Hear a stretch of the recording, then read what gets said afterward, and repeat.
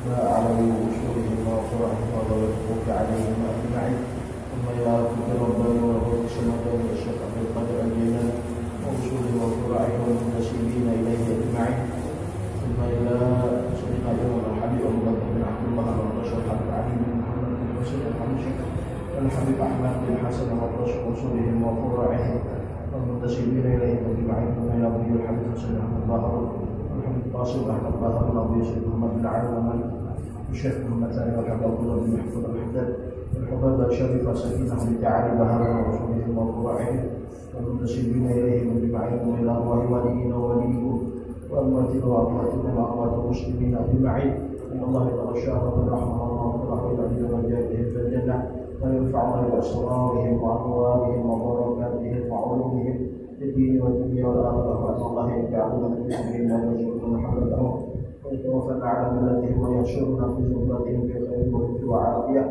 على هذه النية كلها وعلى النية الصالحة وإلى حضرة النبي محمد صلى الله عليه وسلم الفاتحة. الحمد لله رب العالمين الرحمن الرحيم مالك يوم الدين إياك نعبد وإياك نستعين اهدنا الصراط المستقيم صراط الذين أنعمت عليهم غير المغضوب عليهم ولا الضالين. بسم الله الرحمن الرحيم الحمد لله رب العالمين وبه نستعين على أمور الدنيا والدين والصلاة والسلام على أشرف الأنبياء والمرسلين سيدنا ومولانا محمد وعلى آله وصحبه أجمعين سبحانك لا علم لنا إلا ما علمتنا إنك أنت العليم الحكيم ولا حول ولا قوة إلا بالله العلي العظيم رب اشرح لي صدري ويسر لي أمري واحلل عقدة من لساني يفقهوا قولي وسدد لساني واهد قلبي بجاه النبي وصحبه والآل وعنده مفاتح الغيب لا يعلمها إلا هو. أما بعد. Alhamdulillah, segala puji bagi Allah Subhanahu wa taala yang telah memberikan kepada kita nikmat-nikmatnya sehingga dengan nikmat-nikmat itu kita bisa berkumpul di tempat yang mulia ini untuk melaksanakan apa yang diperintahkan Allah Subhanahu wa taala. Semoga semua amaliyah yang kita kerjakan diterima oleh Allah Subhanahu wa taala. Hadirin dan hadirat rahimakumullah, masih di dalam pembahasan apa saja yang diharamkan atas seseorang yang sedang junub dan yang sedang haid. Qala al-muallifu hafizahullahu ta'ala wa nafa'ana bihi wa bi jami'i ulumihi fid dharain amin. Alladhi yahrumu bil janabati wal haydhi ma'an ithnani. Kita ulang sedikit. Yang haram atau sesuatu yang haram bil janabati sebab junub wal haydhi dan sebab haid ma'an sekaligus ithnani ada dua. Ya, sesuatu yang diharamkan atas seseorang yang sedang junub baik laki-laki dan perempuan atau atas perempuan yang sedang haid itu ada dua. Awalan al-lubthu fil masjid. Yang pertama adalah berdiam di dalam masjid. Maksudnya berdiam ini sekalipun tidak lama. Dikatakan oleh ulama sekedar subhanallah saja berhenti tidak bergerak itu sudah dinamakan al-lubthu, sudah dinamakan berdiam. Di dalam kitab lain dipadahkan al-muqtu, berdiam di dalam masjid, berhenti dan kita berhenti di dalam masjid. Jadi haram bagi seseorang yang sedang junub, laki-laki atau perempuan, dan juga seorang perempuan yang sedang haid untuk berhenti di dalam masjid. Wa mithlul lubthi at-taraddud, dan hukumnya seperti berhenti atau berdiam adalah bolak-balik, mondar-mandir. Ya kadang berhenti, kadang berdiam, cuma mondar ke situ, pojok-pojok keliling, itu juga haram bagi seseorang yang sedang junub atau haid. Wa yajuzul mururu bil junubi, Dan boleh bagi orang yang junub al-murur itu kita sekedar lewat. Misalkan orang junub kalau lagi anak dari lumba-lumba, anak cumi-cumi yang anak mantas lewat depan jauh ini. Kalau lewat masjid sini. Kalau cuma lewat, numpang lewat kan masalah. Hanya terus tanpa berhenti.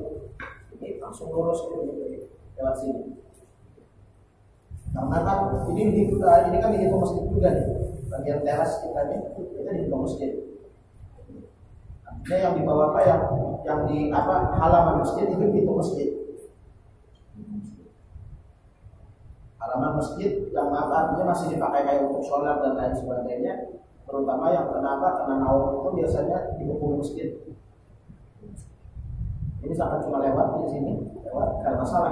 Orang yang sedang junub mau ke jalan cumi-cumi dari lumba-lumba lewat masjid karena masalah kalau terus ke dalam. Itu orang yang junub. Wa kadzalika lil haid, begitu pula bagi perempuan yang haid boleh juga lewat saja. Tidak takut kalwi al masjid, tapi dengan catatan dia tidak takut mengotori masjid. Artinya tidak ditakutkan adanya darah yang netes atau berceceran. Darah yang netes atau berceceran. Selama itu aman, darah tidak bakal netes atau berceceran, maka perempuan yang haid pun boleh sekedar lewat tanpa berhenti, sekedar lewat saja. Jadi itu harus dipahami karena sebagian terutama setelah ada pembinian ada yang kurang paham. Akan sudah pakai sudah aman katanya, sudah aman. Pakai itu segala pelindung dan lain sebagainya. Insya Allah tidak bakal netes, aman aja katanya. Karena apa? Berarti dalam masjid yang dibolehkan itu cuma lewat. Yang dibolehkan cuma lewat dengan syarat lewat pun boleh dengan syarat apa? Tidak netes. Tapi kalau berhenti jelas haram, mutlak haram. Berhenti. Apalagi kalau bergendangan ulang gitu. Atau aku ada di dalam masjid, aku di pelataran masjid kerja, pelataran di masjid juga. Pelataran di masjid. Emperan masjid di masjid. Jadi emperan yang digunakan. Jadi ada ulama beda pendapat memang masalah pelataran masjid ini. Tapi kebanyakan pelatar yang masih dipakai sholat itu di masjid. Kecuali pelatar yang ada dipakai sholat. Contoh kayak kita kan bagian depan nih, parkiran itu sebagian ulama bilang itu dihitung masjid dalam sisi apa? Dihitung masjid dalam sisi hukumnya itu ikut tanah masjid. Tapi dalam masalah apakah orang junub boleh berada di parkiran motor di sini? Boleh. Itu ada ulama yang bilang gitu. Sama kayak misalkan lagi kalau halamannya ganar, jangankan kayak Darussalam mungkin. Kayak Al-Hakam itu kan lumayan luas. Jadi pelataran yang tempat parkir itu yang sudah di halaman itu kata ulama hukumnya memang hukum masjid dari segi kepemilikan tanah dan wakafnya masjid tadi. Apakah boleh orang duduk di situ? Boleh.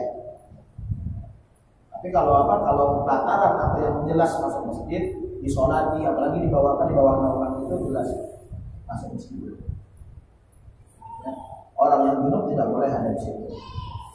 Artinya berhenti atau berdiam diri. Orang yang junub ataupun orang yang haid.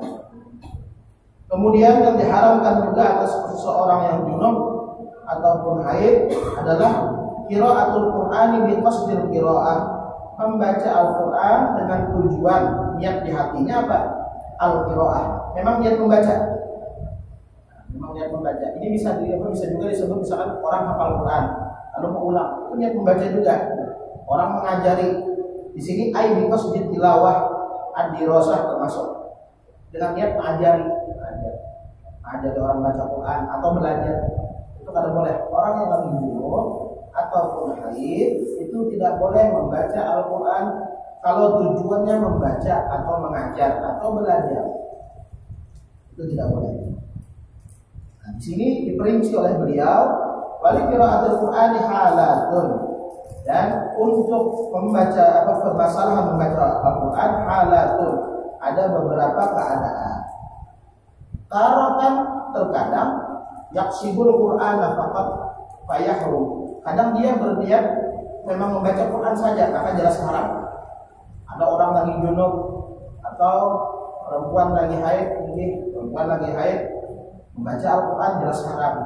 Ada sengaja kayak Bapak, ada sengaja, jarang biasanya ada sengaja tinggi melihat tulisannya qul huwallahu ahad atau lihat potongan ayat langsung hendak menyambung. Itu biasanya niatnya memang membaca atau mendengar orang ngaji ayat langsung aja ini menyambung juga. Kalau tujuannya memang membaca, aku menyambung memang sengaja gitu itu sengaja niatnya membaca Al-Quran jelas haram. Wataratan dan terkadang yaksidu ghairal Quran. Terkadang seseorang itu ketika melafadzkan Al-Quran tujuannya bukan membaca. Maksudnya itu tujuannya bukan untuk membaca atau mempelajari, tapi ada tujuan tertentu. Fala yahrum, maka ada haram. Kal istighfar, seperti berwasilah untuk pengobatan. Misalkan ada biasanya kan orang di Tebanyu. Nah, pas sekali tuan guru ini lagi junub ini, mintai bajunya kalau baca karena ini wa anzalna minal Qur'ani ma huwa shifaa, ayat-ayat penyembuh bacakan. Tujuannya, kalau dia tujuannya membaca ayat, maka tidak boleh.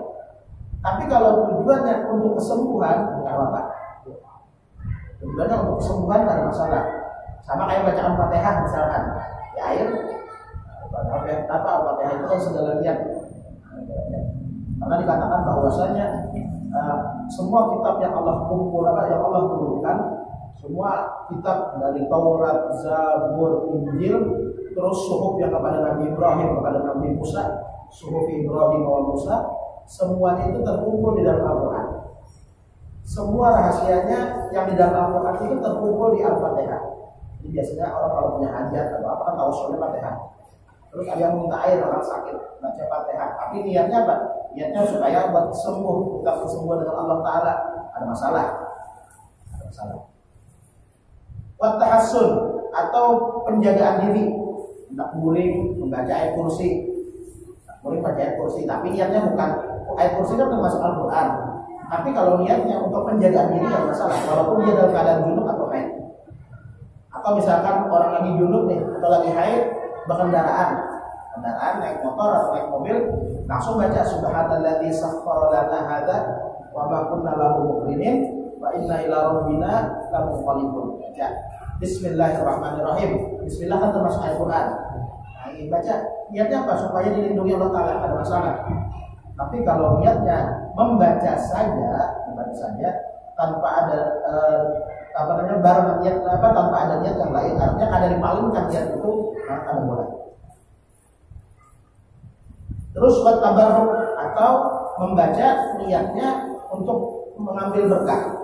Contohnya apa? Contohnya misalkan membaca Bismillahirrahmanirrahim untuk makan baca Bismillah. Nah, atau kayak orang misalkan lagi sakit atau berobat, itu biasanya kalau orang zaman dahulu ini membaca ayat ini, firman Allah Ta'ala kepada api itu, ya narukuni bardan wa salaman ala Ibrahim. Biasanya orang zaman dulu itu berobatnya dengan Al-Quran. Kalau ada yang lagi demam, diambilkan segelas air, dibacakan ya narukuni bardan wa salaman ala Ibrahim. Wahai api, kata Allah Ta'ala, jadilah dingin dan keselamatan atas Nabi Ibrahim. Jadi kita berwasilah dengan ayat itu, dengan firman Allah Ta'ala itu, supaya api atau demam yang ada di badannya hilang. Kalau tujuan untuk kesembuhan tak ada masalah, atau tabarruk mengambil berkah ada masalah. Contohnya dia hendak guring, atau misalkan dia mau hendak guring, mau makan, mau minum, baca Bismillahirrahmanirrahim, ada masalah. Sekalipun Bismillah memang ayat Al-Quran, kalau tujuannya memang dipalingkan, tidak membaca Al-Quran, tapi tujuannya untuk mencari kesembuhan, minta kesembuhan dari Allah berkat membaca Al-Quran, supaya dijaga oleh Allah dengan berkat membaca Al-Quran, atau mengambil berkah dari ayat Al-Quran. Wataratan yaksiduhuma fayahrum, terkadang dia bermaksud ketika membaca itu keduanya. Nah ini belum hendak minum, dalam keadaan junub yang belum minum, lalu lu ucapkan Bismillahirrahmanirrahim. Ketika minum, niatnya dalam hati lu gabung antara mengambil berkah Bismillah dengan memang sengaja ingin melafadzkan ayat Quran. ketika itu haram karena ada niat membaca Al-Qur'annya. Tapi kalau niatnya cuma apa? Cuma untuk mengambil berkah, tidak ada masalah. Atau misalkan lu naik motor dalam keadaan junub, naik motor, atau perempuan haid lagi dalam keadaan haid, ada perempuan yang lagi dalam keadaan haid naik motor, terus baca ayat Al-Qur'an, Bismillahirrahmanirrahim, Subhanalladzi sakhkhara lana, baca ayat ketika berkendaraan itu, baca, niatnya apa? Niatnya memang ingin membaca Al-Qur'an dengan supaya dijaga Allah, digabung niatnya. Ketika digabung jadi haram. Kalau mau palingkan sesekali, langsung sekaligus dipalingkan niatnya supaya minta penjagaan. Tapi kalau masih ada niat membaca Al-Qur'annya, artinya memang sengaja aku ingin melamatkan Al-Qur'an, ketika itu haram. Kemudian wataratan yudlik, dan terkadang seseorang itu tanpa niat apapun, yudlik tanpa niat apapun, tiba-tiba misalkan apa ngarannya, mungkin karena sudah sangat terbiasa membaca Al-Qur'an, karena kalau mendengar sedikit atau karena kalau mendengar Al-Qur'an sedikit kita langsung keluar. Kayak ada, seingat kita refleks kita, kayak ada dulu di Mekah itu kalau pada salah Syekh Hasan An-Nuri itu mulutnya selalu Al-Qur'an, pernah diam jalannya, bahkan beliau itu supaya berhenti baca Al-Qur'an di dalam kamar mandi digigit lidahnya digigit supaya mulutnya berhenti baca Quran. Kayak sudah bukan kehendak lagi gitu loh. Quran terus setiap hari jalan diam. Bahkan kalau orang ngomong sama beliau kadang jawabnya dengan Al-Qur'an. Syekh Hasan An-Nuri ketika mau masuk kamar mandi, mulut ini di luar kamar mandi selalu baca Al-Qur'an. Bagaimana caranya digigit sama beliau, lidahnya supaya berhenti. Makanya itu pas beliau wafat ditemukan lidah beliau di pojok-pojok itu kayak berlubang gitu. Saking seringnya kena gigit lidah itu. Luar biasa semua. Hendak Allah Ta'ala. Jadi perempuan yang sedang haid atau seseorang yang sedang junub, baik laki-laki atau perempuan, kalau niatnya membaca Al-Qur'an adalah memang sengaja melafalkan ayat Al-Qur'an, jelas haram. Atau niatnya melafalkan ayat Al-Qur'an dengan mengambil berkah, atau mau tidur, membaca ayat kursi, mau tidur, niatnya memang ingin melafalkan ayat Al-Qur'an dan juga ingin penjagaan, haram. Bagaimana? Belokkan sama sekali niatnya. Nak kuring baca ayat kursi, tujuannya apa? Tujuannya supaya dijaga Allah Ta'ala, sudah dibaca. Maka ketika mau tidur, baca ayat Quran dan masalah. Atau ketika mau makan, baca Bismillah, ada masalah, dengan tujuan tabarruk, mengambil berkah. Kemudian alladzi yahrumu bil haidhi faqat, barang yang atau sesuatu yang yahrumu haram bil haidhi sebab haid, faqat saja arba'atun. Jadi ada 4 hal yang diharamkan atas perempuan yang sedang haid saja. Yang refleks tadi, kalau memang refleks sama sekali, tidak apa-apa, tidak masalah. Memang kalau orang sangat terbiasa baca Al-Quran, tidak masalah refleks ini. Tiba-tiba dengan ayat langsung pengen nyambung gitu. Ada tujuan apa dalam katanya kosong, tidak masalah. Jadi yang haram atas seseorang yang lagi haid, perempuan lagi haid, 4. Yang pertama, awalan as-shaum, berpuasa. Ini sebenarnya perempuan pasti tahu nih, perempuan yang berpuasa itu atau perempuan yang lagi haid itu tidak boleh puasa, haram puasa. Dan puasanya wajib dikodok nih. Kasihan kadang nanti sudah puasa seharian, dari subuh puasa kurang 5 menit lagi ada maghrib, tiba-tiba keluar. Hanya puasanya batal, wajib dikodok. Anda kena terima takdir Allah Ta'ala sudah tahu. So puasa haram ada seorang perempuan yang lagi haid itu puasa. Fa'idham qata'ad-damu, apabila darahnya terputus, halalaha shaum, maka halal atau boleh baginya untuk berpuasa walau qabla ghusli, sekalipun sebelum mandi, belum mandi. Jadi ada perempuan dari malam keluar haid, dari malam keluar darah haid, tiba-tiba sebelum subuh darah haidnya hampir keluar. darah haidnya hampir keluar, bersih gitu kita tuh. Terus masuk waktu subuh adzan, dia belum mandi wajib, belum mandi janabah. Apakah lanjut puasa? Tetap lanjut puasa. Apakah puasa sah sekalipun dia dalam keadaan junub masih artinya belum mandi besar, tetap sah. Dengan syarat tadi darahnya sudah terputus atau berhenti. Begitu juga orang yang junub. Orang junub ini sahur ya, kalau sahur sini masih begawi ya, kalau sahur masih begawi 5 menit kurang adzan sini nanti hanya kurang adzan. Lalu apa? Lalu orang adzan apakah puasa? Tetap puasa. Tapi dalam keadaan junub tidak ada apa-apa. Puasanya tetap sah. Nanti yang jadi catatan mandi wajibnya hari-hari. Karena kan mandi wajib kan harus, sedangkan dalam keadaan puasa harus hati-hati. Jadi perempuan yang sedang haid haram puasa sebatang 3 tahun. Kemudian yang diharapkan juga adalah al-muru fil masjid in khafat talwithahu. Lewat di dalam masjid kalau dia takut mengotori. Artinya apa? Artinya mungkin perempuan yang sedang haid ingin lewat masjid aja, ingin numpang lewat. Tapi kadang misalkan kadang pengamannya, kadang apa ini takut ada yang berceceran, maka haram. Kalau sudah seperti itu. Tapi kalau aman tidak ada masalah. Fayajuzu illam tafaq talwitahu al-muru faqat dunan lubthi. Maka boleh kata beliau, kalau dia tidak takut mengotori masjid, boleh apa? Boleh lewat saja. Dunan lubthi, tidak berdiam, tidak berhenti. Jadi perempuan yang aman, artinya sudah pakai segala macamnya. Boleh tidak ke masjid, boleh kalau cuma sekedar lewat. Tapi kalau berhenti walaupun sejenak kan boleh. Kemudian di antara yang diharamkan juga atas perempuan yang sedang haid adalah at-thalaq, dicerai. Perempuan yang sedang haid haram dicerai. Kenapa haram dicerai? Karena akan memperpanjang masa iddahnya. Di sini yusamma talaqu al-bid'ah, dinamakan talak ini talak bid'ah. Bahasanya panjang ini. Jadi perempuan yang sedang haid itu haram dicerai pas haid. Karena harusnya karena perempuan itu kalau ditolak pas haid masa iddahnya memanjang. Harusnya kalau dia ditolak pas waktu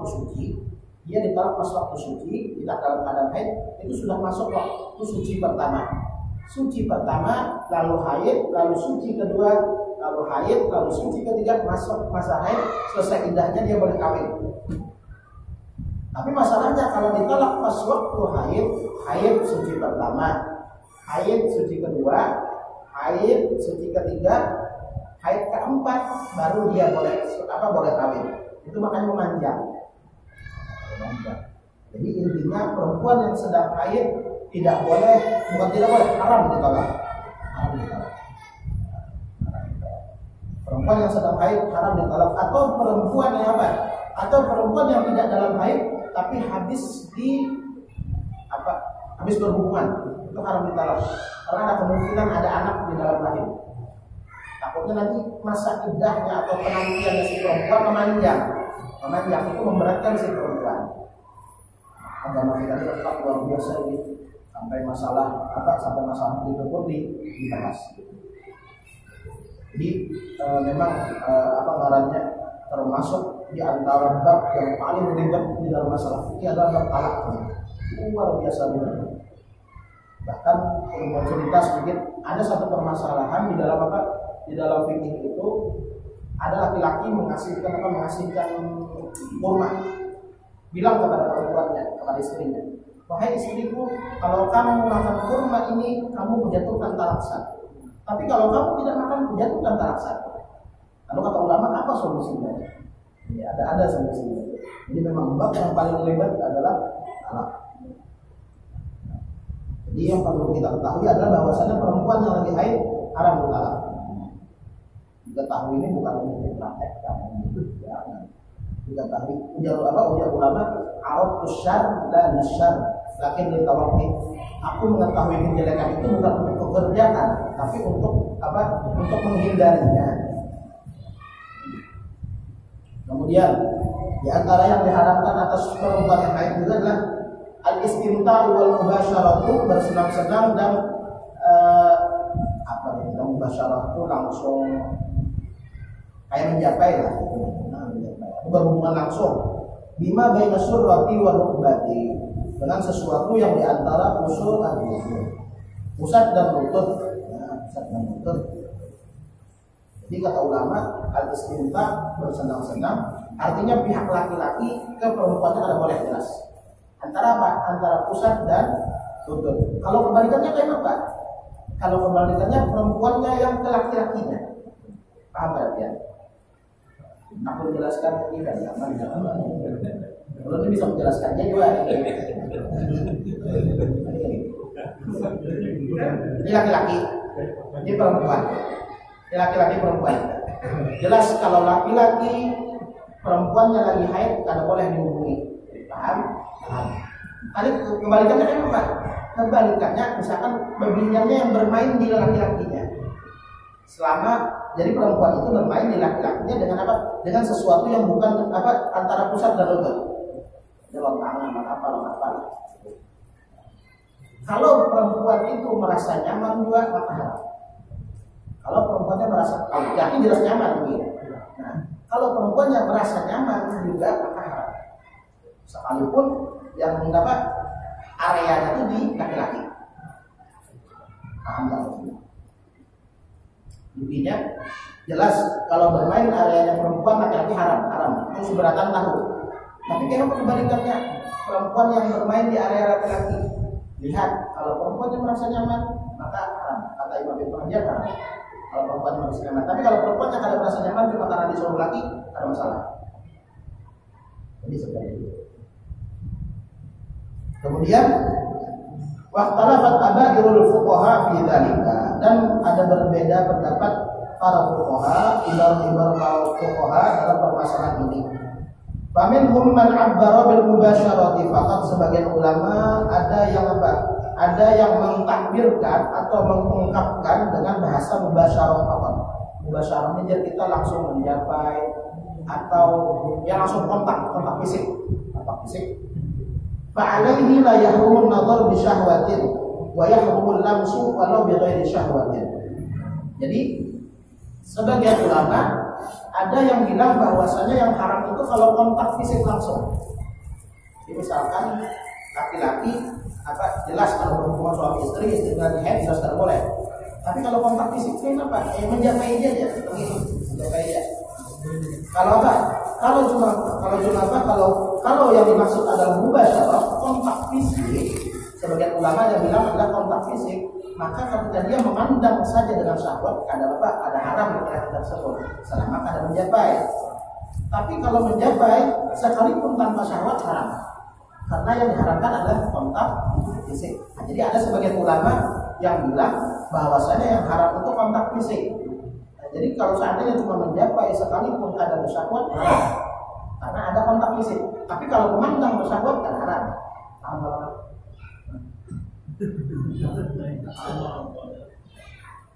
Kemudian sebagian ulama lagi ada wa minhum man 'abbara bil istimta'. Sebagian ulama lagi ada yang mengungkapkan bahwasanya yang dimaksud adalah bukan kontak fisik, tapi istimta' itu jadi kita merasa nyaman. Fa'alaihi, kalau begitu yahrumun nadhar bi syahwat, maka haram melihat kalau dengan syahwat.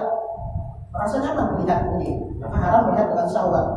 Wala yahrumul lamsu bi ghairi syahwat, tapi kalau menjapai kada bersyahwat tidak haram. Karena ada merasa nyaman. Yang dihitung itu perasaan nyamannya tuh.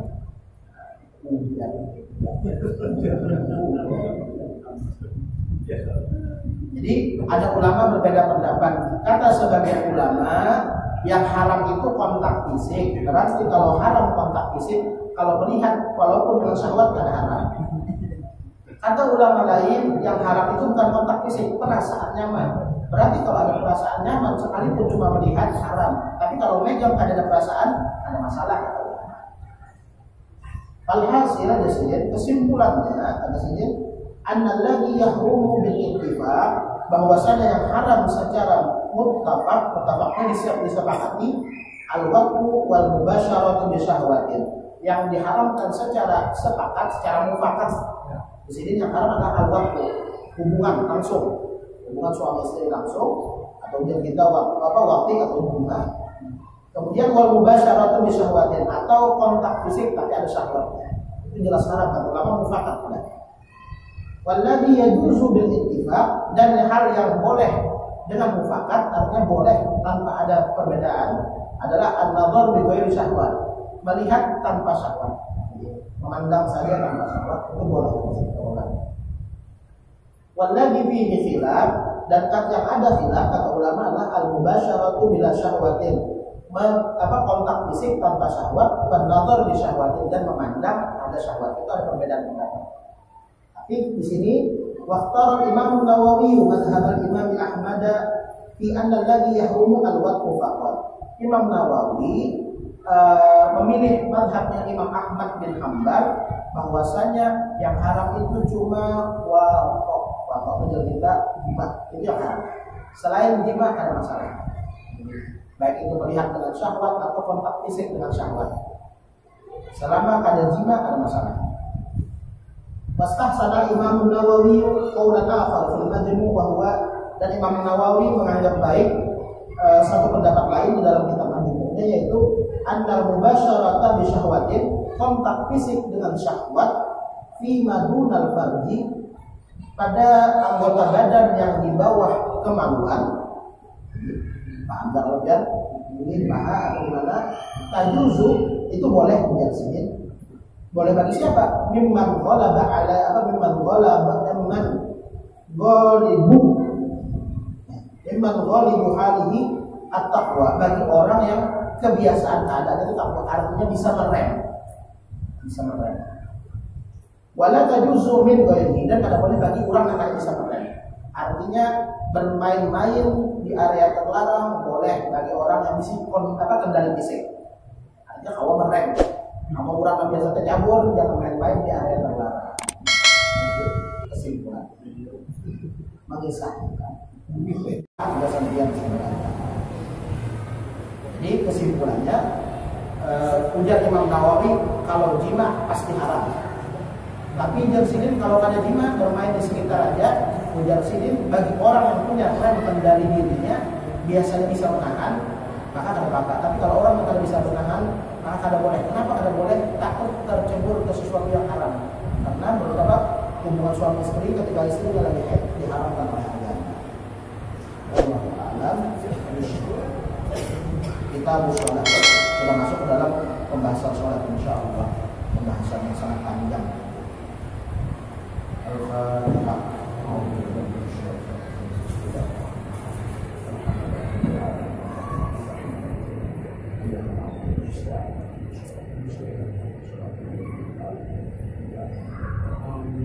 Bismillahirrahmanirrahim. Alhamdulillahirabbil alamin. Allahumma shalli wa sallim ala sayyidina Muhammad wa ala alihi wa sahbihi ajma'in. Warfa'na ya karim wa'afana ya karim wa'afana ya karim wa'afana ya arhamar rahimin. Allahumma anfa'na bima 'allamtana wa 'allimna ma yanfa'una wa zidna 'ilma wa zidna 'ilma wa zidna 'ilma warzuqna fahma. Allahumma a'inna bil 'ilmi wa zayyinna bil hikmi wa akrimna bit taqwa wa jannibna bil 'afiyah ya rabbal alamin. Rabbana atina fid dunya hasanah wa fil akhirati hasanah wa qina adzaban nar. Sallallahu ala sayyidina Muhammad wa ala alihi wa sahbihi wa sallam. Alhamdulillahirabbil alamin.